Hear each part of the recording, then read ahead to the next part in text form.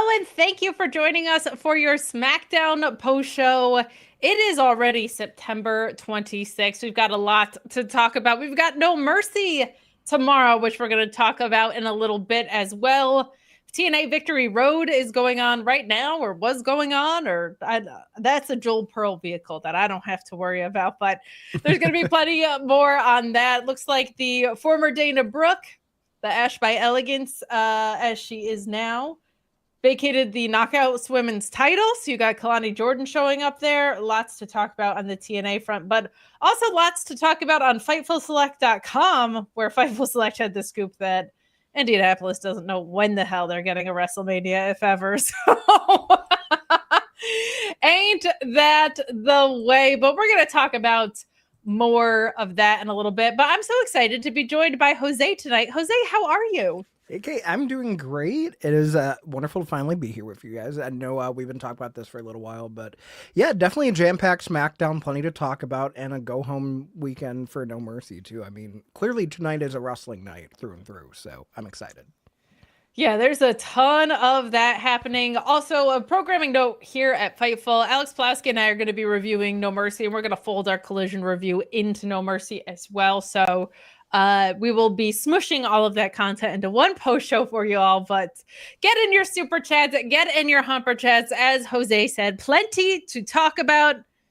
Jose, I like to do upfront plugs, and I like to do plugs at the end of the show. But I feel like, why not? If we're introducing you to the people, let them know where they can check out your other work. Tell people who you are, what you got going on these days before we dive into everything. Yeah, so I mean, these days you can find me Wednesday night, every night over at bodyslam.net alongside JPJ. We host a little ditty we like to call Dynamiked Up. So that is our weekly AW Dynamite post show that we host over there. You might have seen me throughout this year with our local establishment hosting the Mother Tuckin' post show with Auntie Collins of Fightful Overbooked. Where we were talking RuPaul's Drag Race and not wrestling. So, hey, that's always fun to do. And some other projects that are going to be coming in the coming months. But the easiest way to keep in touch with me is just Jose in the air everywhere. I mean, I keep it simple. You never know where you're going to find me. And that's the beauty of it.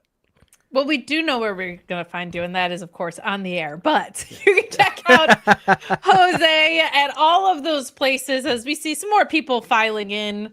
We're going to start with this ridiculous Paul Heyman promo in my opinion in a moment. But we do want to hear from you in the chat as well via Super Chat and Humper Chat, of course. But let us know how you felt about SmackDown. Let us know how you're feeling ahead of No Mercy tomorrow. NXT is such a wonderfully weird little product. And I am so excited for Ricky Starks and Oba Femi.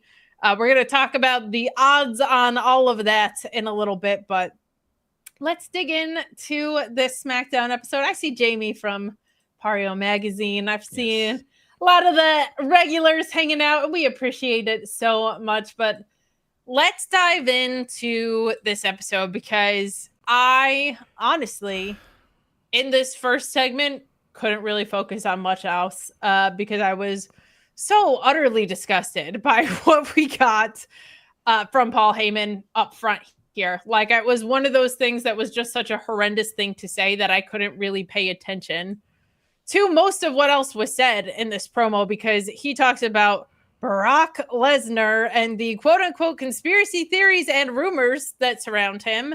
And I just think that is one of the most horrific things that you could say. Let's talk about this nonsense, because this is like one comment in a very long pattern of behavior that I find just genuinely abhorrent about all of this. And like a year and a half ago, they were touting this whole new era. And a year and a half later, I don't know what the hell they're talking about, because we sit here and surprise, surprise, there's not enough screen time for women. There's not enough creative care paid attention to women's storylines. Chelsea Green couldn't make the WrestleMania card after everything that she did for this product. Both of the mid-card titles were flapping in the wind until the Bayley Becky Lyra story came along. The U.S. title still flapping in the wind, despite them putting it on who was one of the most prized free agents in the world coming over from Japan. Dakota Kai is too old to work here, but everybody else, and I mean everybody else in the main event scene on the men's side outside of Braun Breaker, is older than her and 38 years and up. Sounding familiar? Sounding like the Vince era? Should I keep going? Because they hired Lee Fitting, who cares, I guess, about sexual harassment when you can have a cool walk and talk shot that they stole from the West Wing from 20 years ago, which again is where the rest of this main event scene has been. Let's roll his name with Triple H's on the credits of every show that we have. And now let's get to this, where we are calling sex trafficking allegations and saying they're not only enough to not have you on screen, right? Like, we don't care about it at that. Now we're just flat out celebrating it. Now we're flat out trying to gaslight about you. Now we're reducing 70 pages of a sex trafficking lawsuit that Triple H, I guess, still hasn't had time to read, because if he did, he would see Brock Lesnar's name in there 44 times. These are not made up Reddit whatever things that you want to say, anonymous Reddit things that you want to say. These are legal allegations that are backed by evidence, where Brock Lesnar is named 44 times. And according to that lawsuit and the actual evidence to do with it, the only reason he did not participate in sex trafficking is because he was too drunk or the weather was too bad. And quite frankly, I'm sick of Paul Heyman's over-dramatic, melodramatic, overrated promo. Anyway, I'm so tired of it. I don't want to see 50-year-olds main eventing doing the exact same match that they did in 2015. I am exhausted by how insulting this product continues to be to women. I know they don't give a shit. They tell us all the time, we don't care about the fans. We're not going to pivot because of fan reaction, even though they did. Royal Rumble, remember? Cody Rhodes, they were going to have him give it up. You do pivot. You just don't care enough about women to pivot. So I was disgusted by this. I really didn't focus on the rest of anything that Paul Heyman said. And you know what? Since he looks like a piece of crap in this anyway, I'll just say it. This is a hot take. Paul Heyman, one of the most legendary managers of all time, I don't think he's that great. I'm so tired of it, man. I'm so sick of it. I feel like so much of his legacy is only because there were no other managers around at the time that he's been a manager. I don't think there's anything he's done or said that makes me feel the way that a Gary Hart promo back in the day makes me feel, at least not recently. And that's not to say he isn't good. And that's not to say he can't be great. He can be when he actually locks in and tries to give a crap. But I am so sick of melodramatic nonsense and exaggerated pronunciations of people's names and attaching yourself to talent who would be stars without you anyway. As I sit here week over week asking myself, what does the future of this company look like? Because I am so tired of 40-year-olds that we already saw main eventing 15 years ago, now main eventing just outside of their prime. It is exhausting. And Julius Creed can't make his way on TV. We're starting off hot tonight. I know that was a long rant, but I am so insulted by how disgusting this portion of this promo was. Let's talk about just the Paul Heyman bit, and then we'll try and separate the Cody stuff out. But yeah, where did you stand on this? Because I'll tell you what, I didn't really listen to the rest of it after I heard that. Would have changed the channel if I didn't have a job to do. No, quite literally, like hearing that open the show, I'm just like, oh, so this is what I have to talk about for my Fightful Baby. Yeah, okay. Welcome. Yeah, I mean, let's take this all the way back to SummerSlam. We have that main event end where Cena loses clean as a whistle, puts over Cody as the new company guy. We think, okay, it's going to cut in great weekend of shows. I felt like Night 2 stronger. And then that music hit and everything turned to shit from August to now. There's no need in any capacity to even consider bringing Brock Lesnar back. I don't care if it's for nostalgia. I don't care if it's because he needs to bury somebody in a match with a million fucking suplexes because he ain't going to do an actual spot that he hasn't done since 2011, if we want to go there. But not even just that. It's the fact that you are going to double down on the fact that you are focusing so much on just record gates and what it's going to get people talking. You don't care if it's good. You don't care if it's bad. But when someone's named 44 times in a sex trafficking lawsuit to the point where the person that owned the company sold it to TKO had to remove their stock share and is still actively trying to combat said lawsuit, that's okay to keep out. But no, we could have Brock, we could have whoever else. What's next? Johnny Ace is going to come back? I mean, at this point, it really doesn't make a difference because there's no desire, no need for Brock Lesnar anywhere in WWE. And to have Paul Heyman constantly glazing him, let alone the fact that he's just literally riding the coattails of quite literally any other stable he can get his hands on. It's been the same old song and dance for 30 years for Paul Heyman. And it's like, what are we getting out of this? He almost buried the bloodline with how long that went on. You're going to do the same thing to the Vision. we're past the need for nostalgia in WWE. You're looking at so many other products going on where, yes, you can still have some nostalgic acts. You can still have wrestlers going well into later ages, quote unquote, later ages, later 30s, later 40s, still delivering at a high level without it being a need to be like, oh, well, this worked back in the day. Let's try this again. Like, at what point do you want to actually differentiate yourself from what you've done with the Golden Era, what you've done with the Ruthless Aggression Era, with the Attitude Era, and try to do something in the here and now?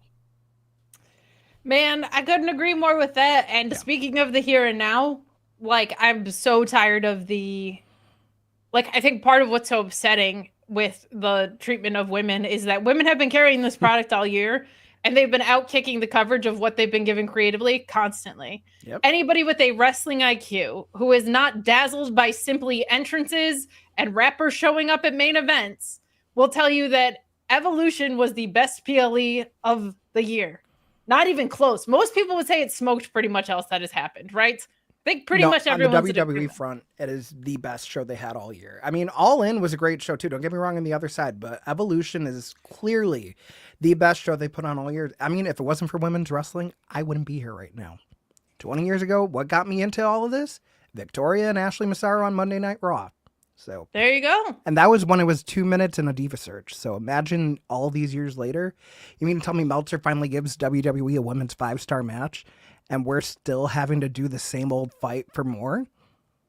I don't get it. It's crazy because that PLE was not supposed to happen. It was an accident until a producer put it together and they wanted to counter program. What was the best match on the card for WrestlePalooza, which was, in my opinion, graded very fairly at a C by Andreas Hale? I mean, a little generous if you ask me, but generous, yeah. When I said very fairly, I mean very friendly enough, at least. Yeah. But he said the thing that saved it was Io and Steph, and I agree. It's the only match that actually stood out as anything really, really special. It's the women that are carrying, and they continue to not give a crap about it. It's so embarrassing that in 2025, these are the conversations that we're having. It's ridiculous to me, but that is not the fault of Cody Rhodes. So let's talk about his side of all of this. I said that, well, this is interesting because we're off of WrestlePalooza, right? Mm-hmm. There were reports from Not Us. I wish I was better at remembering where things came from. I just remember the distinction of Fightful and not Fightful. So my apologies. That's not meant to be slander to any other outlet. It's just there's so much damn wrestling news that's circulating in my head. Someone could put it in the chat and we could attribute it. It's okay. I'm pretty sure it was WrestleVotes. I want to say it was WrestleVotes. Mm-hmm. It might have been Body Slam. It might have been Your House. That said, like, there were creative suggestions by Cody and Drew to set up Drew winning and Cody chasing again. I think it was Corey that broke it at Body Slam. I feel like that's right. I think the shock at the ESPN review is what came from WrestleVotes, which was the other thing kicking around in my head. But I do feel like that they built WrestlePalooza out to be such a big show, right? It's this mega event. We're countering AEW. AJ Lee's returning, all these things.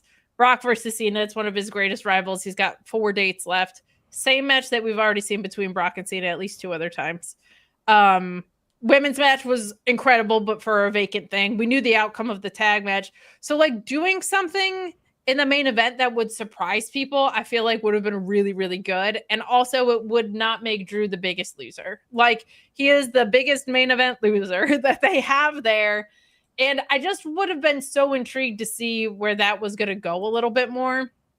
So I kind of wish we were getting Cody chasing that back because it would have shocked me. I feel like it would have been a great time of year to do it because we're in this autumn season of like Survivor Series is coming up and there's some other things, but like this is kind of, I don't want to say it stalls out, but essentially does from now until Royal Rumble when everything resets, right?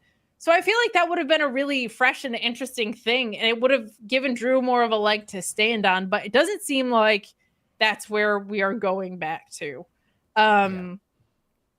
But we get Heyman saying what he says.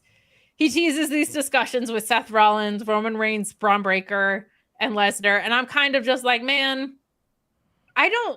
kayfabe, I don't fully get what Braun Breaker and Bronson Reed are getting out of this.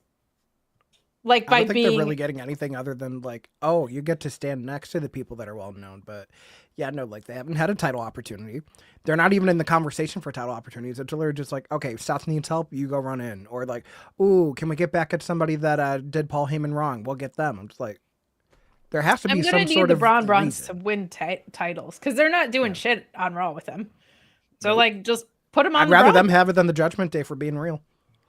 Yeah, I would love for the Judgment Day to defend them, but they never do. So you might as well put them on the Braun Brawns. Or oh man, we had Jack Farmer and he called it something really great last week. What? What was it? It wasn't the Braun. I'll think of it. If anybody was watching last week in the chat and remembers, it wasn't like the Sue Brawny. I forget what it was. It was excellent though. But yeah, also the fact that it's the second Judgment Day reign where they're not defending the tag titles is just marvelous. Yeah, and Dominic's not like, I don't know. But back to this. Yeah. We have Cody interrupting here, thank God. And he said he was wrong to call Paul Heyman a goon last week. I disagree. He was right for that. He respects Paul Heyman's ability to stir the pots, and he presses Heyman for answers about Brock and flashes back to Heyman's history with him against John Cena. Heyman called Cody the GOAT and warned him that when Brock shows up, no one is safe, to which I said, especially women. And that brought Breakker and Bronson Reed through the crowd, and they confront Cody. And Cody, my favorite Cody moments are ones like this, where he's like, this is probably a bad idea, but screw it. I'm going to fight. I like that. Yeah. I want more of that. But we get a 2-on-1 beatdown until Randy Orton comes in, and he drops Reed with an RKO, helps Cody clear Braun Breaker, and then there's like this moment of tension with Cody holding the WWE title, to which I say, can we make some new young stars, please? I don't need to see this again, but it's just a permutation of the same 8 guys fighting each other is how it feels right now on WWE TV. All the setups are extremely basic. Like they're all these multi-man match. It's either triple threats or tag programs where we set up friendships and or dissension, people saving each other. Like it all feels like they've really resorted to the same 5 recycled ways to tell stories. Yep. And that is really boring. I don't need to see Cody and Randy face each other. I would like to see Cody face young talent. I think they need to get into making young talent mode. I think Cody is a really good in-ring storyteller, and one of the things he's best at is you almost got me, but I got you. Like I think that's one of his sweetest spots in the ring is the like. I don't mean that like in a flash pin sense. I just mean the sentence of, man, you took the fight to me, but I came out the better man. It's the most simple thing you can do in pro wrestling. I wish they would do more of it. What did you think of what got set up out of all of this? Well, my thing is, I don't know what actually got set up, because it seems like, okay, we're probably going to have a tag match and then the Crown Jewel title match, which means nothing. It means probably even less now that it's not even in Saudi Arabia that it ever meant anything there to begin with. But hey, it's something to do title. like it's the Whose Line Is It Anyway Championships. I mean, it really doesn't matter. But I mean, we're going to get Randy Orton and Cody teamed against the Bronze, and it's going to be, I'm not even going to say it's going to be amazing. It's going to be an average tag match that's the same old song and dance that we've seen. And then it's going to be RKO, it's going to be Crossroads, the face is going to win, and then out of nowhere, Seth Rollins is going to stomp Cody. Whoop-de-fucking-do. You heard it here first. And then it's funny that we talk about the fact that we need to build new stars. We go into the opening contest and we see a star that should have been built a year ago not doing Jack Diddley. That is extremely accurate. But let's get to some of these super chats before we head into that. We've got Tim McFowle saying, preach, Kate. They don't care about women, the LGBTQ community, BIPOC, etc. They care about making money, and that's it. It's infuriating because they have so much talent. Quite the debut episode, Jose. Yeah, we've had some... Yeah. We had Cresta on. I think her first week was the week Hogan died. We had some like, hey, welcome to Fightful. We've got some hot button stuff to talk about. Yeah. Yeah, I mean, they're definitely in money-making mode. I saw a post the other day on social media, which is just a fantastic and normal and healthy place, especially this week. And they had said, like, you can't possibly still be surprised that WWE does this kind of stuff. Like, you cannot possibly still be surprised that John Cena essentially got squashed by Brock Lesnar. Like, how are you still disappointed? And my response to that was, I'm so disappointed because these rosters are incredible with some of the best wrestlers in the world. And I want to see them used to their potential instead of the lazy reliance on the same stories being spoon-fed to an audience who's just happy to be there. Like, if they just put more effort into letting artists do their art, I think that would be good. Yeah. You have that, and then you also have the dichotomy of the TKO president saying, well, Vince McMahon used to price these shows for families, but they really need to focus on maximizing their potential because everything has to be a record-breaking gate. We saw WrestleMania go on sale this past week. The cheapest seat in the 400 level, in the China section, in the whatever beloved wrestlers in heaven section you want to call it, $800. I went to WrestleMania in Jersey, and the tickets were just over $100 for lower bowl, which I actually like better than floor seats because you don't have to play this game, like space between anybody's heads. I get it from the perspective of they're in a ton of debt because they bought WWE. I think it's a horrendous way to treat your fans, and I feel like it's so diluted the product when you see, like, everyone makes fun of the Slim Jim tables, but when I look at the ring mat, I say, like, this looks like my laptop did in the 2000s with all the stickers on the back. Like, oh, I know people that still have them like that too. As I look over to a Church of Joshi sticker, shout out to Queen of the Ring. Hell yeah. Big Jim says, hello, welcome, Jose. And as ever, I acknowledge Kate, our OTK. Well, thank you, Big Jim. I appreciate it so much. Bad Robot saying, hello, favorite post show. Still on a WWE break, but I thought I'll check the hashtag tonight and see Heyman's promo bits first. Too much for me. I'm out. Yeah, it was gross. There's not really another way to put it. Taylor Cannon saying, hello, Kate, and welcome, Jose. How are you both? Well, I am clearly coming in hot. That's how I am. But I think we would have been better if we had a different opening segment entirely, but nonetheless, it's the one we got, and it riled us up. So, hey, who needs caffeine when we have anger? Sex trafficking allegations being celebrated on TV aside, a thing I shouldn't have to say. I also just, like, don't need to see a 50-year-old F5 another 50-year-old a bunch of times, like, or suplex him or whatever. Like, I've seen it already. I saw it when these guys were in their prime. I think it's atrocious that for the second time you had John Cena have this Make-A-Wish entrance with these kids, and then you have him get his ass kicked in front of all of them. The first time he just lost to Austin Theory, but this time he lost, like, in a devastating way.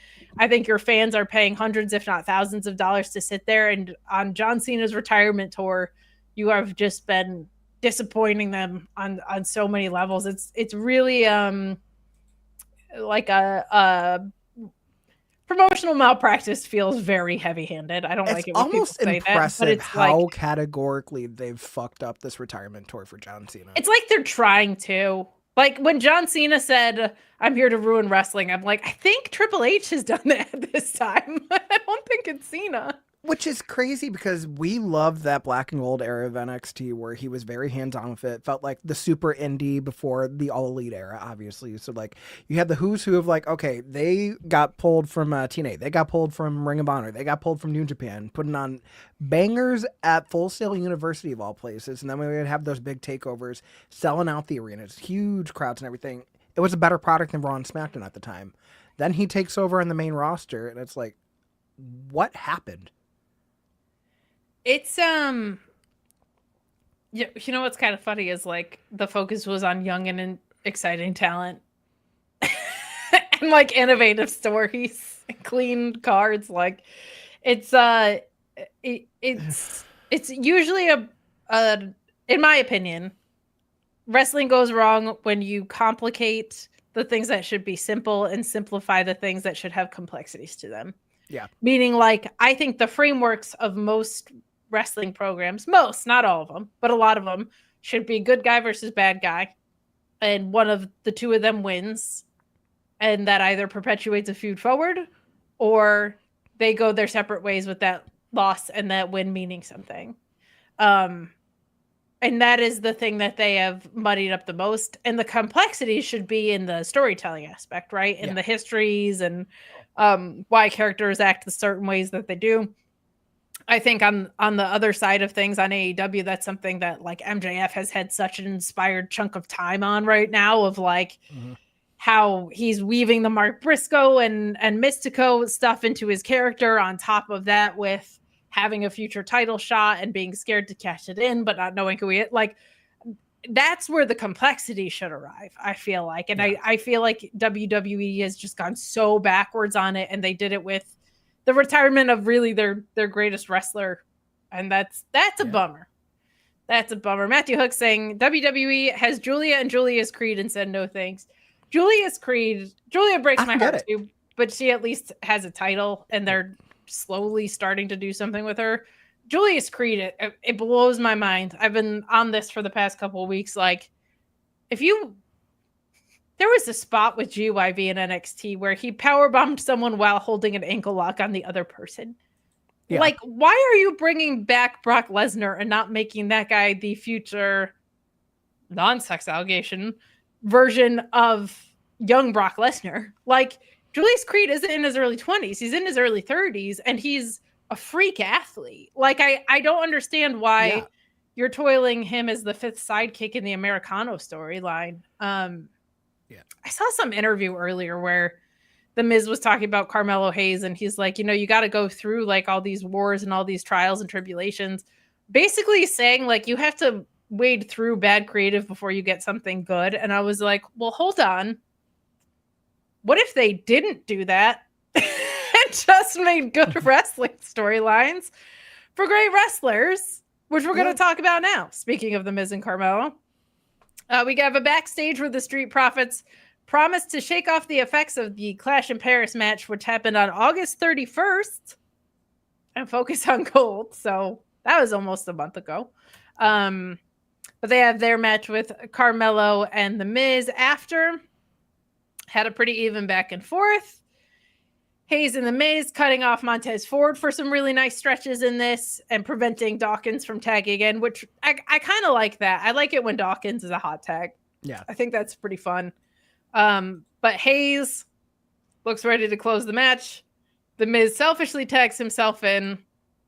This costs them everything as Dawkins goes nuts.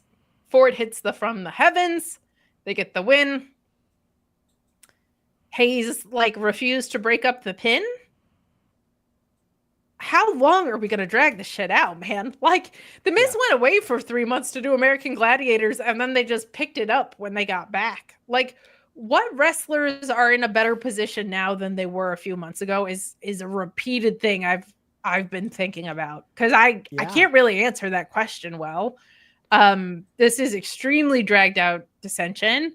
Match was good enough. Like, all of these performers are great. Carmelo is fantastic. The Street Profits are excellent, but you're also doing dissension storylines on both sides of this tag team. Like, they're teasing it online with the Street Profits. Like, Dawkins and Montez are like, I don't know.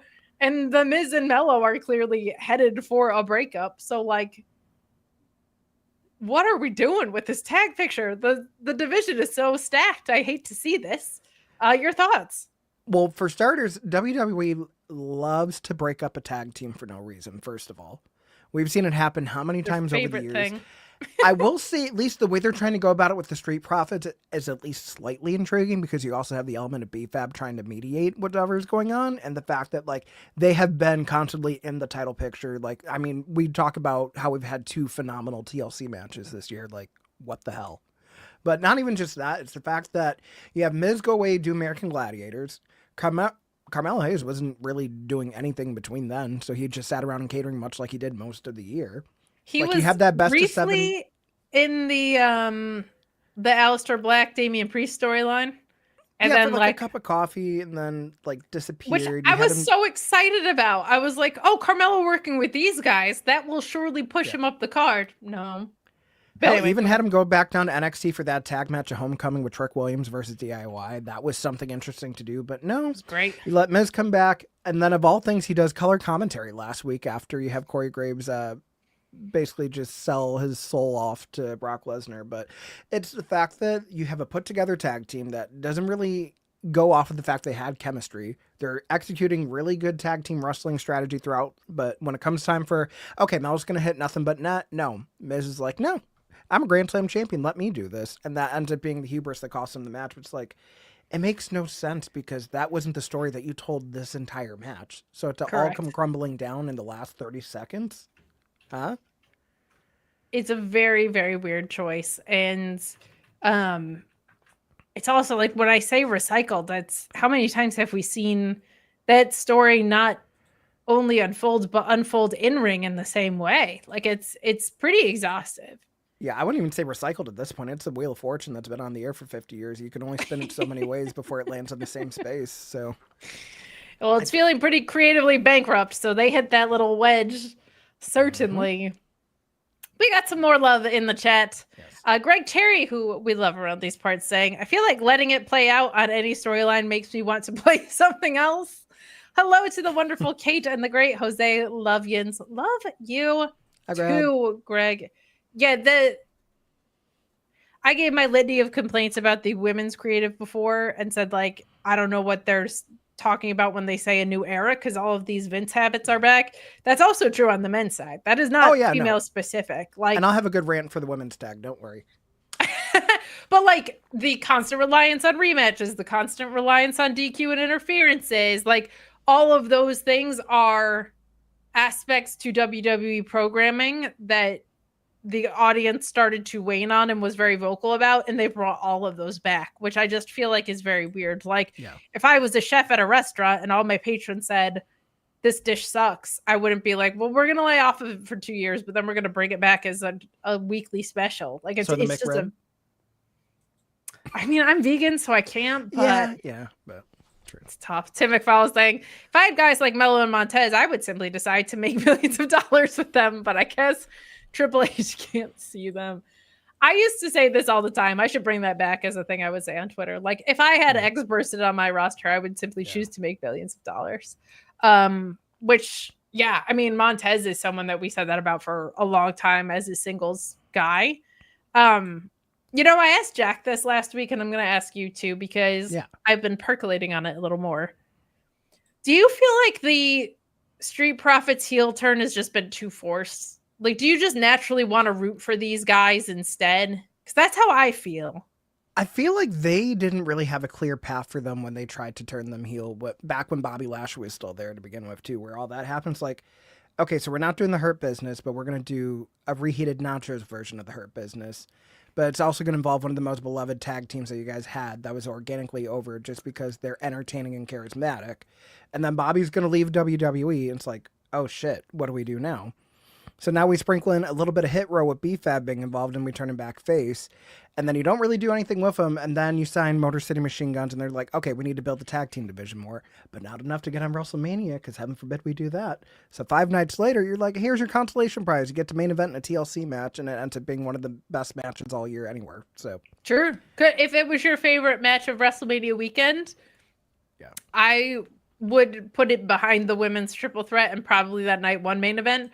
But if it was your favorite, I couldn't argue with you. That match was incredible. That match was incredible. Yeah. Meet Norma saying, "Sup, partners? I hope SmackDown was cromulent. It was actually perfectly cromulent, I would say, because we got some good and some bad. Yeah. Hello, Jose. Kate bangs and clavs on a Friday. In this economy, Flash has me eating salads. I'm not happy. So our friend Meet Norma's here is dating what sounds like a rather tall, athletic, stunning, amazing Black woman.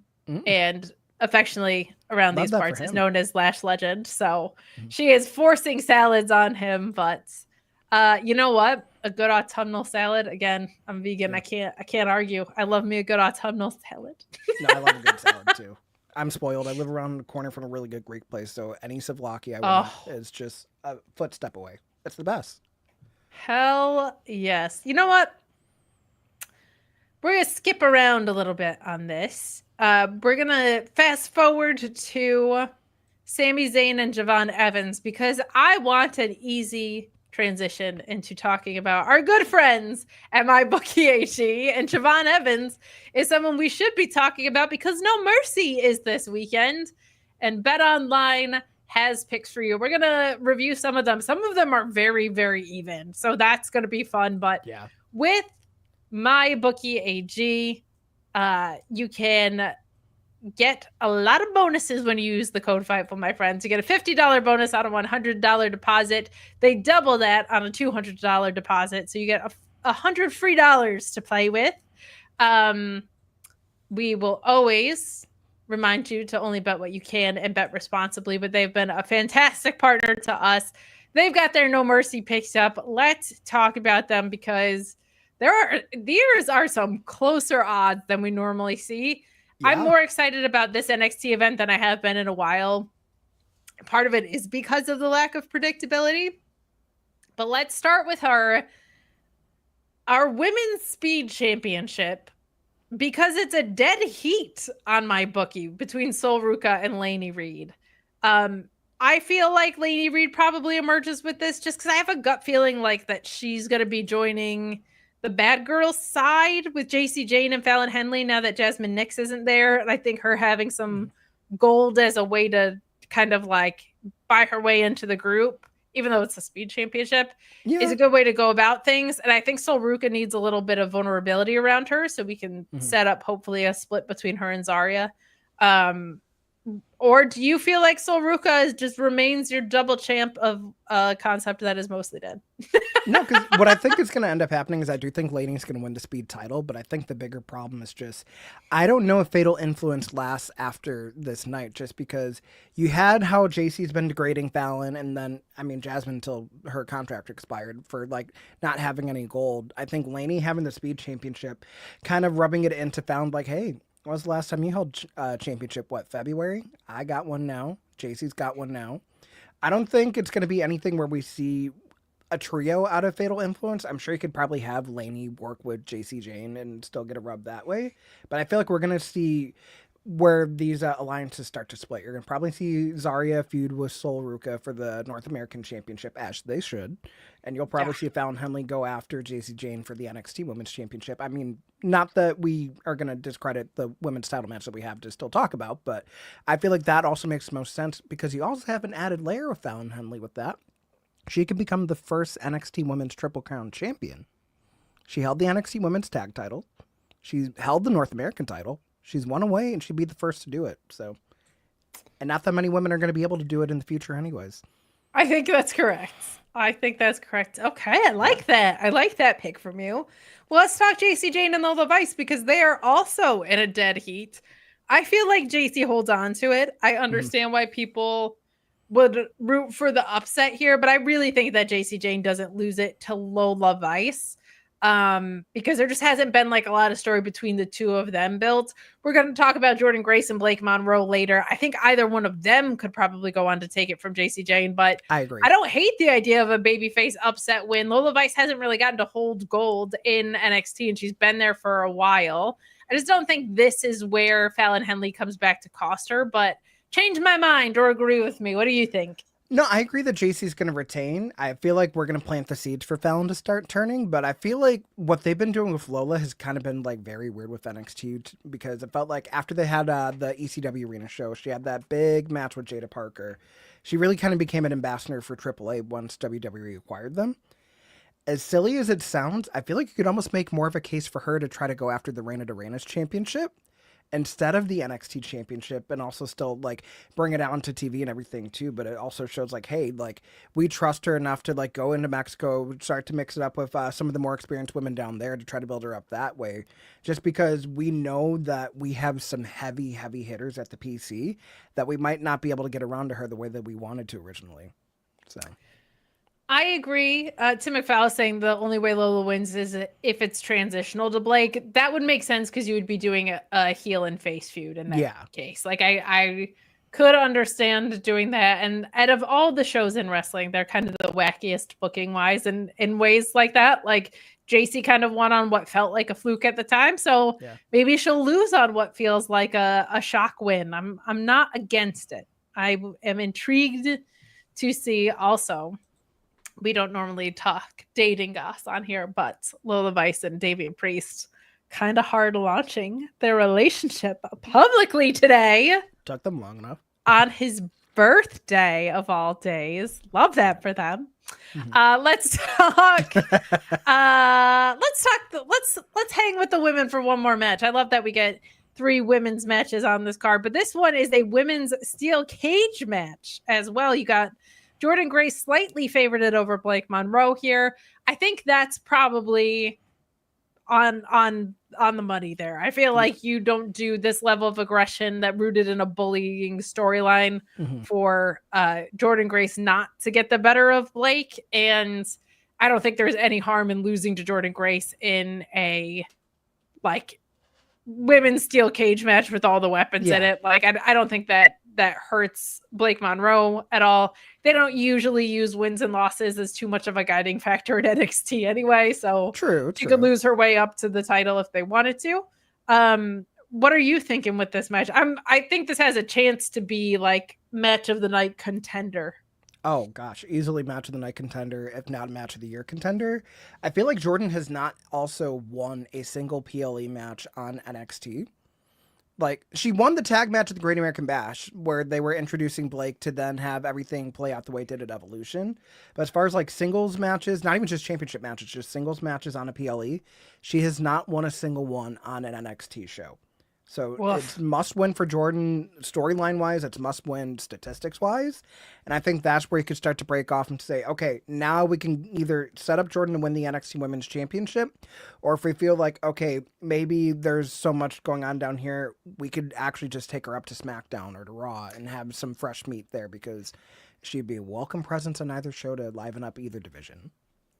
Man, the Giulia Jordynne Grace TV match that we got in NXT before Giulia went up makes me want to have them run that back. You want to liven up that US title picture in a hurry? Yep. Man, send Jordynne Grace up. I think if Blake wins, Jordynne Grace does go up. I don't know if this is the time for it, but I also feel like they might call her up to beat Giulia when the time is right. Yeah. But we'll see. We'll see. We got Ethan Page favorited over Tavion Heights.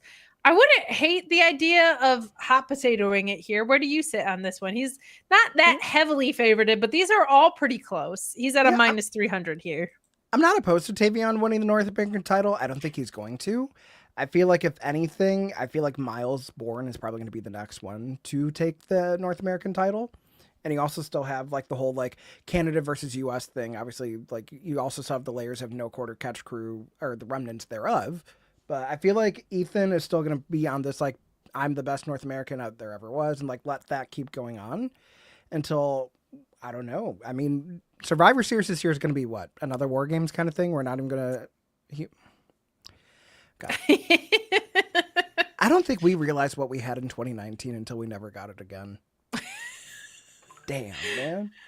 But yeah, I think Ethan Page is going to retain here, and then he'll continue reigning over all of North America. I will say, like, the possibility of Tavion winning to face Miles Bourne also intrigues me, because Miles was looking at that title. Yeah. But they were part of the same faction for a while. So, like, there's some interesting possibilities there, right? So we will see. We will see. Let's talk Javon Evans versus Josh Briggs. Javon showing out today. I'm thinking he beats Josh Briggs tomorrow. Josh Briggs has been doing a lot of better work of late, in my opinion, ever since his tag run with Inamura. That's now since dissipated.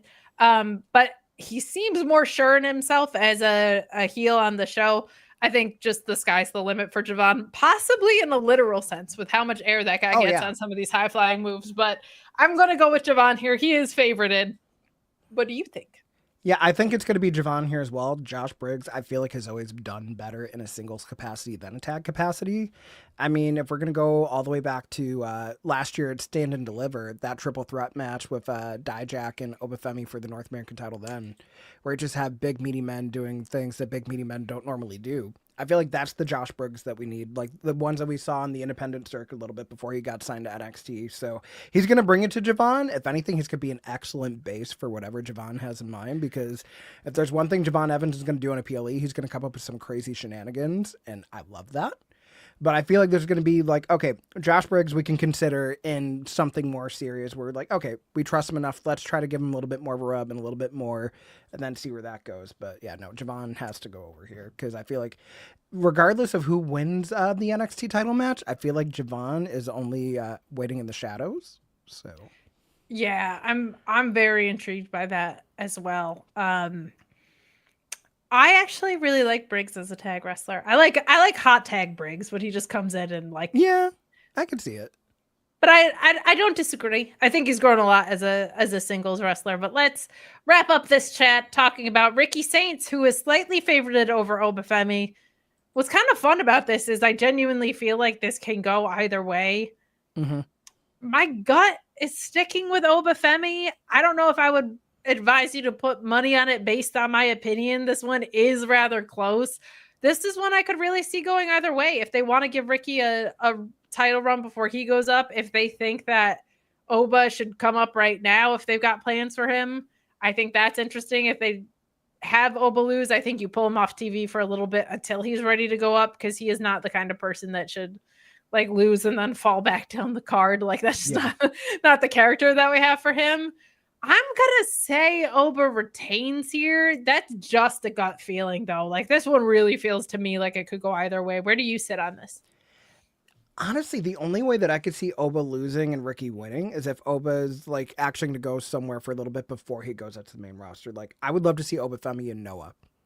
I would love that too. I don't know if how they did with they'll rent him out there. Like if they're gonna be willing to part with one of their like future megastars, but I would love to see that. Could you imagine just like Oba Femi shows up to Noah, wins the GHC title, and then just like has a little bit of a run there, and then he comes back to the main roster in like the Royal Rumble or something?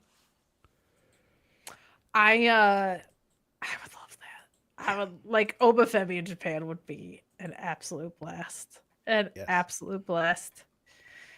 Let's turn our attentions back to SmackDown, but I'm actually looking forward to No Mercy. There's some good matches set up for that, even though the product can be a little odd. I feel like they've pulled something really to get good together for tomorrow.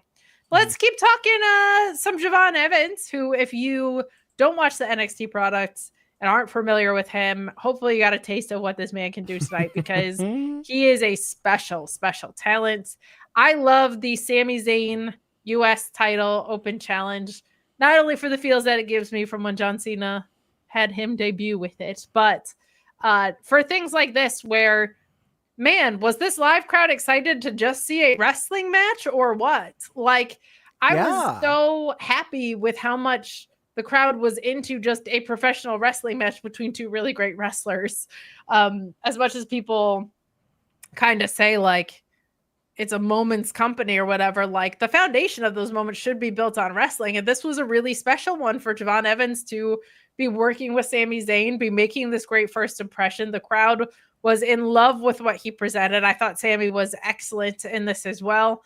We get this long-standing kickoff between this long wait between matches is what I'm trying to say. There was like forever between matches here, but we finally get it kicked off, and we start with some slow chain wrestling, which I really liked. Some kind of like establishing respect spots, and I like that kind of lulled you into a false sense of security about maybe what was coming from Javon Evans, because he explodes with these springboard crossbodies. We see this rebound Hurricane Rana, which looked great, standing drop kicks. And I love that Sami Zayn is like, well, okay, let me go regroup on the outside here for a second, because this kid's got something special. But this ends up being great. We get the high risk stuff kind of coming back to hurt him on the double spring splash, because that gives Sami the opening to connect with the haluva kick into the blue power thunder bomb. Sami winning with the blue thunder bomb 2 weeks in a row was something else. He never gets I feel like that's his new finish now instead of the haluva kick. I'm not mad at it. I like it in tandem because they've established that the blue thunder bomb doesn't win matches so much that it has to be in tandem with something else. So I like that aspect of it. But I feel like Javon looked like the star that he is here. He did not look like the moment was too big for him or anything. What did you think? I thoroughly enjoyed this match. I also like the fact that during the break, shout out to whatever VPN that you guys use. Legend has it y'all use Nord, which I'm sure we'll get into later, NordVPN? But I might have toggled over to Canada to watch the Netflix feed instead of USA so I could actually see what happens during these commercial breaks. But yeah, no, I feel like the interesting thing is that you have a face-to-face match. So like Sami was giving Javon heat per se, but it wasn't even like true heat. It was just like, okay, he is going to fly off of these ropes any chance he gets. I need to ground him. So like you see him like trying to go with these elaborate roll-ups. Like it looks like Javon's gonna go for like something huge, like another Hurricane Rana. Almost knocks Sami back, but then he's able to like almost power bomb him into a cover and like try to keep him down that way. But it also shows like, oh, I have to think on the fly because that's the other part of an open challenge. You have to think about the fact that I literally have no preparation for whoever is gonna walk through that curtain. So I have to think about, okay, I can lose this championship like that. What steps do I need to take to make sure that I don't? And I like that Sami, not only did he respect Javon and like the craft that he brings with his style, but he knew like, okay, if he's going to do that, I have to do this. Like it's showing the rock, paper, scissors part of wrestling that I love. So that was phenomenal. I love the fact that we also got like really good false finishes too. When he hit the OG cutter, that was as close to a 2.9 as you can get. So like that selling and like letting it breathe, which phenomenal. And then like the constant encounters, like, oh no, he's not going to hit the haluva kick. Oh no, he's not going to get the springboard. Like the back and forth towards the end, it was such a good way to showcase Javon ahead of No Mercy tomorrow, and seeing them stand tall, like hand in hand, it definitely gave me like the 2015 vibes all over again. Like, I feel like this is what the US title needed, is just like not only being constantly featured every week, but just like give us good matches for the sake of good matches and let it speak for itself. Sami is such a vivid storyteller that I so agree with what you said. Like you could see the I'm a babyface veteran kick in of like I'm not going to resort to underhanded tactics because I'm a champion doing an open challenge. That's not what this is about. But I have to be clever about how I'm actually going to ground this kid. And I also think that in turn allows someone like Javon to show off their raw talent and athleticism, because he's saying like, how do I wrap my head around what this guy is giving me? Beautiful wrestling storytelling. But you know what? Say its name and it appears. You said NordVPN. I'm going to do our ad read for NordVPN right now, okay? Yeah. Why not? NordVPN, a phenomenal partner to us, genuinely, from like every aspect of working with them. They've been so supportive of Fightful, but not just in the way that they've been a great partner to us, in the way that they've given you guys a ton of value with their service in today's wrestling landscape. Because if you sign up for a 2-year subscription, you get 4 months free. It's so affordable. It ends up being like $3 a month. Your Starbucks drinks are going to cost double what NordVPN is going to cost you on this deal. But you can watch all WWE content on Netflix with this. So you not only get reduced prices on pay-per-views by traveling to other countries, but you also get to reduce the cost of ESPN Premium Plus, Diesel, whatever service you have to sign up for. You can just knock that out and watch your content all on Netflix. It also reduces login fatigue, because I don't know about you, but I am sick of logging into 87 different things to watch one wrestling company's content at any given time. It's available on all operating systems and devices and comes with 24/7 tech support. Change between markets to watch sports. That's also how I'm watching my Steelers, because I'm not in Pittsburgh, Pennsylvania. So all of this is on the lowest tier. You also get password protection, all sorts of good stuff at NordVPN. They're so great to us. And it's of any partner we have. My TV has been in Lithuania since all in. Mine was Netherlands. You know, it's so funny. I'm in Canada, and my all my devices, like everything's in Celsius. I was like, what do you mean it's 22 degrees? Oh, okay. Yep. But it really is. I really am so thankful for them, but like also because they're just actually providing, we've never gotten feedback the way that we have with NordVPN about like, no, seriously, I used your partner and it saved me a ton of money and helped me. And it's really great. So we are so thankful for our partners at NordVPN. And you said you had a rant about this tag match, so I'm thankful that you're here because I did so much ranting earlier. I might be ranted out, okay? Yeah. We've got Giulia and Kiana James taking on Michin and B-Fab. This was kind of just a flat tag match, honestly. We get some flashy offense from Michin, who is always so much better than what she's given. Like, but the crowd, I feel like, never really got into it. It closes strong from Giulia. We get the Arrivederci knee into the Northern Lights bomb for the win. Everybody in this is great. It's just the story that's not working. And I mean, the only thing they told you about Kiana James is that she's bad at this. That's all they've told you on screen. When she's really a fantastic wrestler, but the only in-ring we've seen from her really is her losing to Michin in 7 seconds. Yeah. So it was kind of a bummer because I think Kiana James's ceiling is much, much, much, much higher than what they're giving her. Based on what like I saw in NXT, right? So I hope that this goes in a better direction. I think maybe they might want to just once try an opponent for the US title that isn't Michin and let Michin do something else.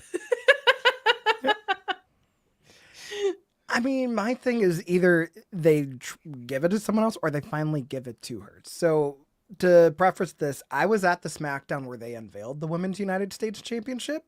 And immediately after Smackdown, it was me and Ella J that went to hang out with Michin after the show. So we were like, oh, God, can you believe they're finally going to do this title? Like, this is something we've been waiting for. It has your name written all over it.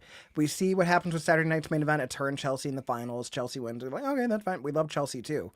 And then from there, it was just all downhill because you only have, like, it featured on SmackDown. We've been saying, like, oh, it'll be on this PLE. It'll be on this PLE. You mean to tell me they're going to have 2 new titles and neither one's going to be in WrestleMania? Yup.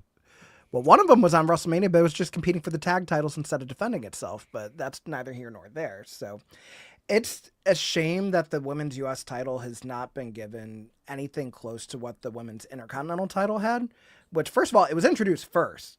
And then the IC title was introduced. That's an interesting tidbit there. Let alone the fact that it took someone like a Becky Lynch or a Bayley, these established horsewomen, to elevate a mid-card championship to the point where now it was being billed higher than the world championship. And you had someone like Io Sky sitting in Gorilla just like, okay, I'm the world champion, but what am I doing in this reign? Nothing, because Becky's on TV with the belt. They're building up Lyra and everything, too. On SmackDown, you're lucky to see, like, a promo segment with the women's U.S. champion, and then it's just like, oh, here's a title match. Oh, here's a title match.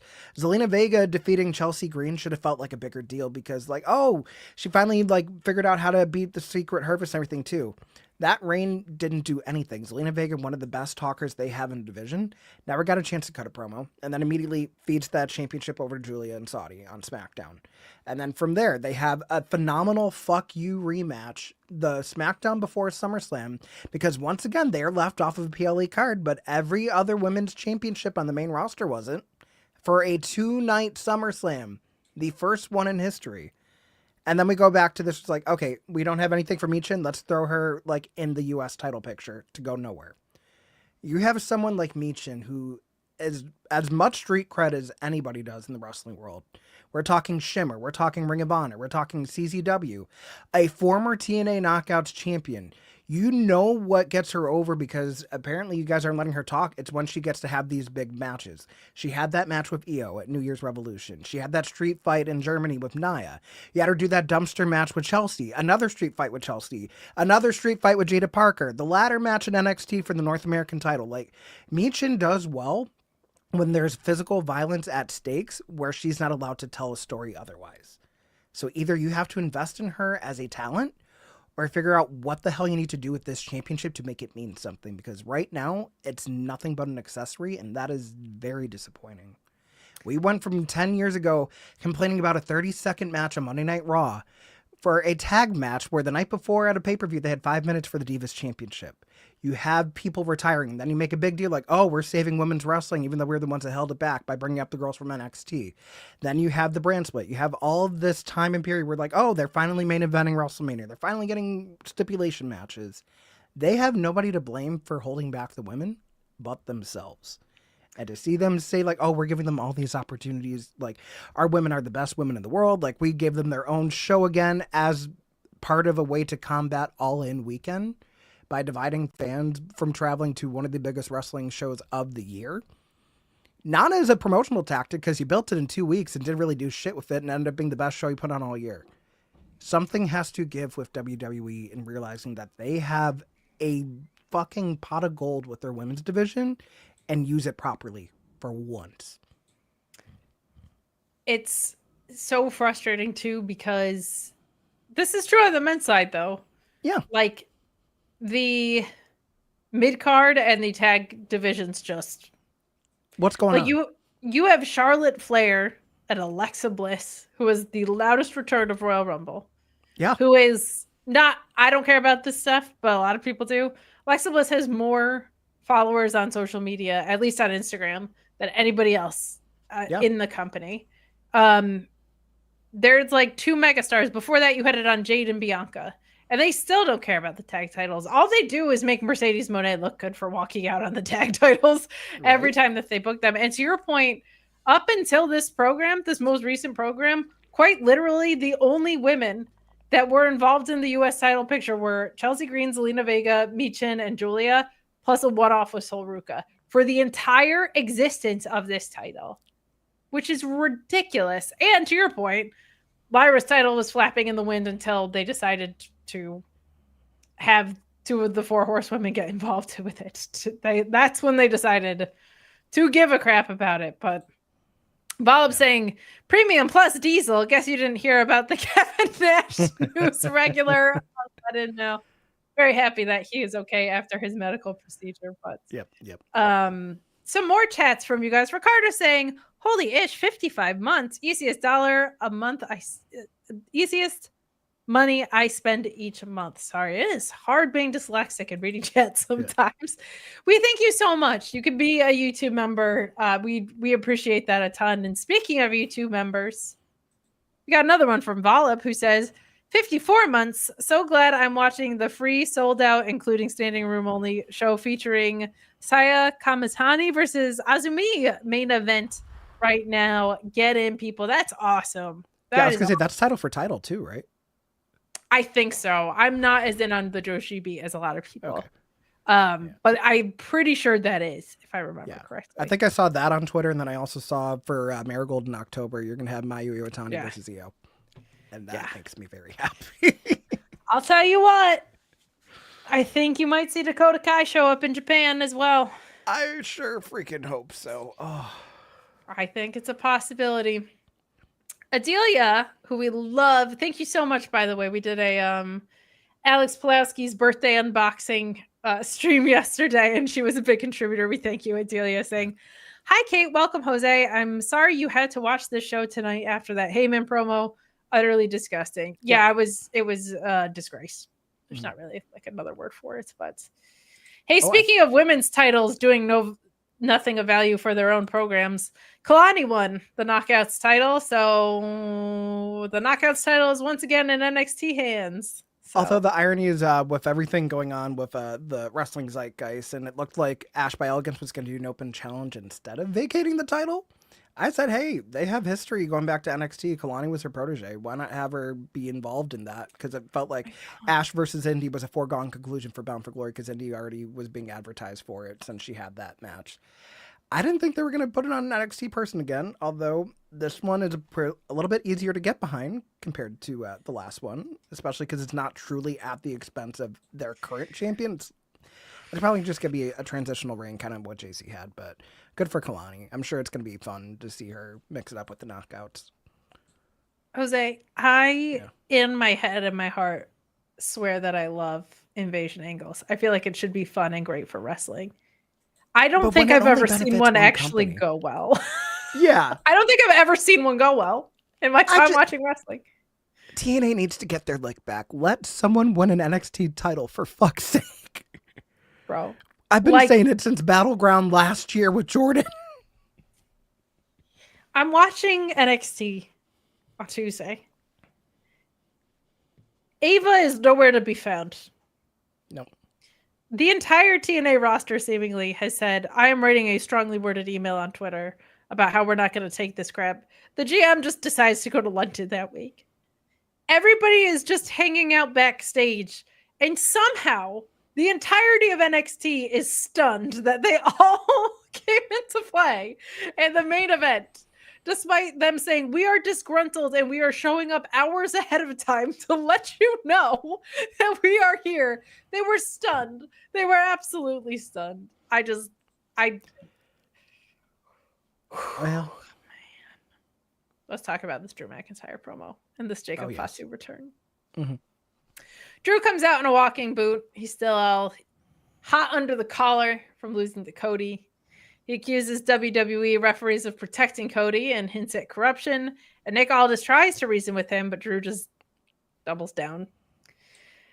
God bless Jacob Fatu, who comes back and says, stop being such a whiner, Drew. Who, congratulations on your movie role, Drew McIntyre. Yes.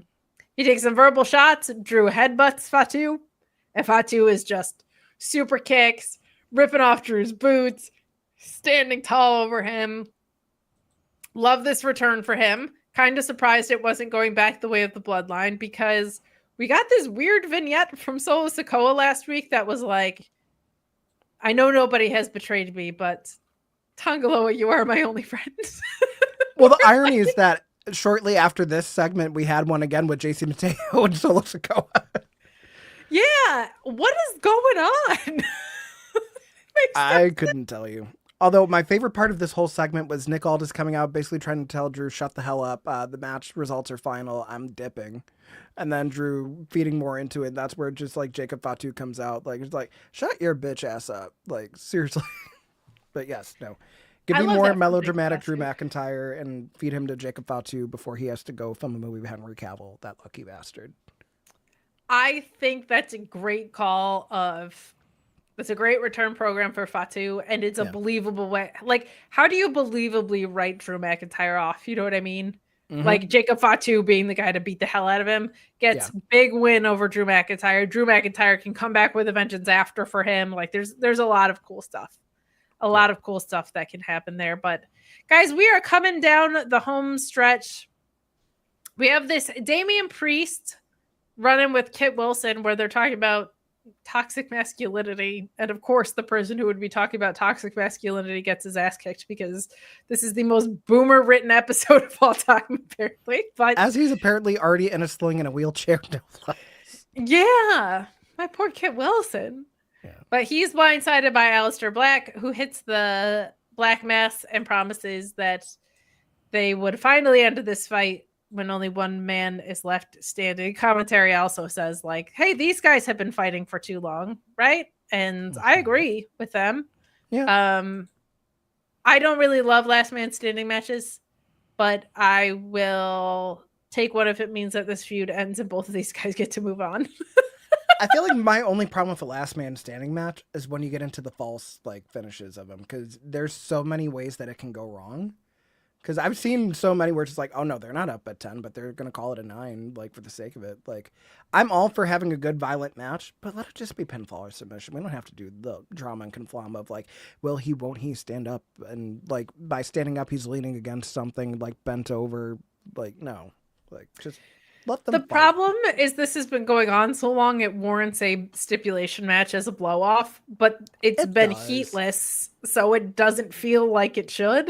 It's a very weird place for them to be in my opinion. But yeah, and there's only so many stipulations in WWE that they cycle through just because it's WWE and they don't want to have to like worry about going too far, even though we think about last year with Hell in a Cell and how that was very reminiscent of what we knew the stipulation to be. So I don't know. I mean, Priest and Black can do whatever the hell they want. I'll be entertained because it's just big men kicking and throwing each other around. Hey, it's all a good match to me. So. Well, we are coming down the home stretch. Last call for Super Chats and Humper Chats. Stay tuned this weekend. Alex Pulowski and I are going to fold your collision review into No Mercy. We might have SP3 on for that one as well. He might bring you the collision side of things, but you'll also have Grapsity. The grind does not stop.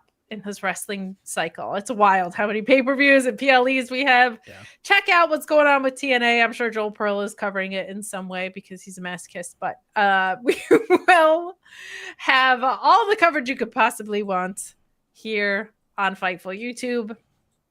Let's finish up with this women's triple threat, though. We have earlier in the night, Kathy Kelly interviewing Jade Cargill, who promises to end the night as women's champion, and Bret Hart must be so pissed because she did not, and she's the face, and she promised something, and I know he's usually cranky, but that is one thing that he was cranky about that I agree with. Mm-hmm. But Steph Hair confronts her, getting a very strong crowd reaction, which was good to see. Yeah. We see some tension setting in. We also had this backstage with Alexa and Charlotte dismissing Zol Ruka as unready challengers.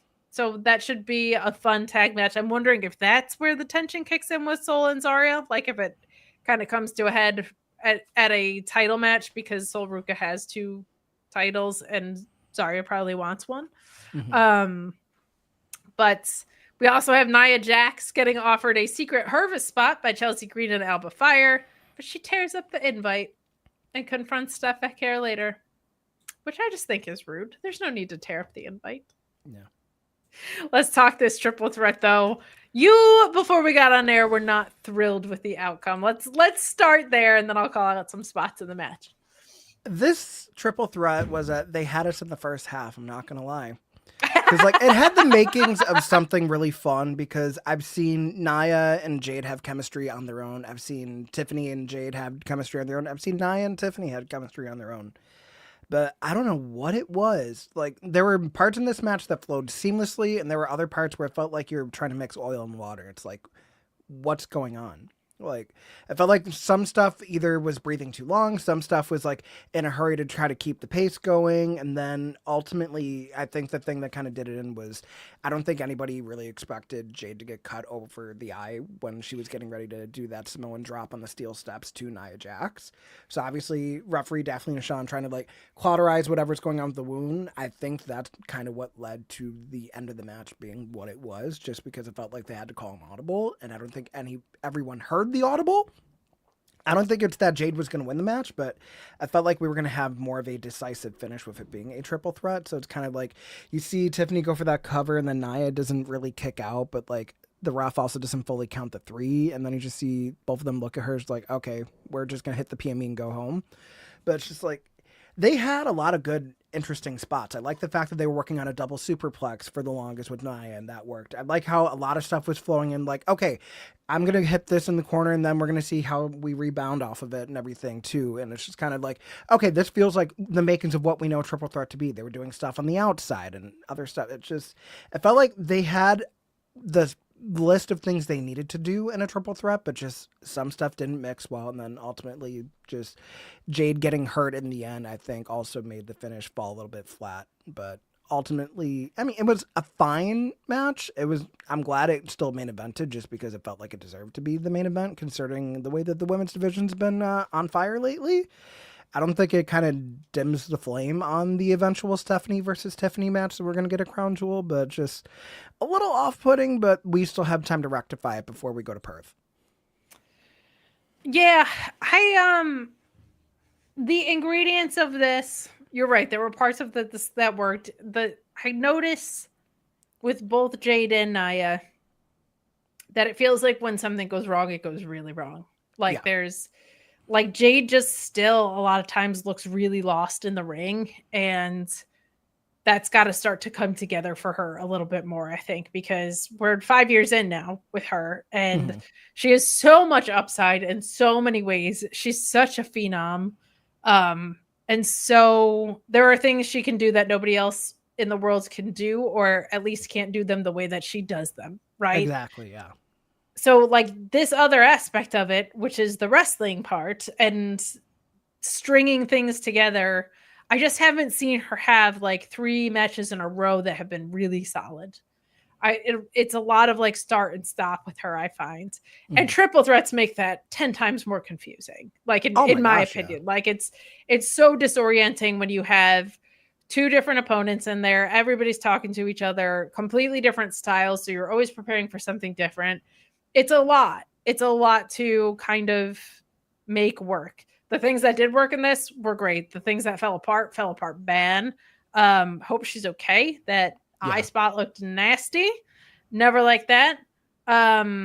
Tiffany and Steph, I think will be very, very good. I'm excited for what that match can be. I gotta assume Bianca's gonna be the one to come back and beat Tiffany, because if not, maybe Jordan Grace gets called up and does so or something, but like it doesn't feel like that person exists on SmackDown right now. Yeah, honestly, the fact that it wasn't Jade at SummerSlam, I didn't think Tiffany was going to hold the title this long. And I didn't think she was going to stay undefeated while holding onto the title this long, too. So I think that's another thing where you kind of you built a super champion, but you didn't build a roster of credible contenders to take out said super champion. So whenever Bianca comes back, I'm hoping it's on SmackDown, because now that you don't have, I don't mean this in a bad way, but like Naomi being out of the picture right now, you can table that for when she comes back, and then you can be like, okay, now we can pivot that back to Raw and like do something more interesting there. But it feels like now more than ever, Bianca is needed in the world title picture on SmackDown. And as silly as it is, I feel like she's probably the only one that I can see take that title off of Tiffany at this current moment. Yeah, I had wondered if Jade was going to win for Bianca to come back, because they have a friendship, right? That they could easily sour one way or the other if they wanted, because the Naomi wrinkle is out of it. So we'll see. We will see what's to come, but we are on our way to Perth. Not you and I personally. We'll be watching this from home. But thank you so much for hanging out with us tonight. Thank you to everybody in the chat for sending in your super chats and being here to participate and having some fun with us, being disgusted by Paul Heyman with us, all of the above. We appreciate you being here tonight. Over 7,000 of you watching right now across platforms, which it makes me not want to say goodbye. You know what I mean? But that's what we are here to do, unfortunately. But before we go, Jose, where can people find you? Yeah, Jose on the air everywhere. So that'll be on Twitch, on X, Instagram, TikTok. You will find all sorts of wrestling takes. You'll find pop culture takes. You will find me Wednesdays at bodyslam.net doing Dynamite Up with JPJ every Wednesday after AEW Dynamite on a weekly cadence. And I'm going to have some fun wrestling stuff on my own channels coming out very soon. So until then, just stay tuned to the socials and you will find me wherever your heart desires. Yeah. JPJ, despite being a Red Sox fan. Oh, I chap his ass about that. I chap his ass about being a Patriots fan. It's just, it's crazy that the man from Massachusetts and other walks of life could be my mortal enemy, but not in wrestling. Thank God for that. Thank God. He can be saved in at least one way. Yes. JPJ rules. So be sure to check out their content over on Body Slam. Be sure to check out Jose's content. Be sure to check out Fightful's content. Head over to FightfulSelect.com as well. We had a big week over there with a lot of stuff, including some of why the build to AJ Styles and John Cena has been so online. Here's a hint. John Cena doesn't have a lot of dates left, so that's been a big part of it. But plenty more on FightfulSelect.com this week. Subscribe to our social media channels elsewhere, too. I've been hitting up some TikToks. We have our now weekly debunkathon roundup, which just takes rumors and knocks some of them down, including an AI one, which I think is our first. There were AI generated articles that said that The Rock was going to be at Survivor Series. That's not planned. So head over to FightfulSelect.com for clear and accurate information. Have a safe and wonderful wrestling weekend. We're out of here.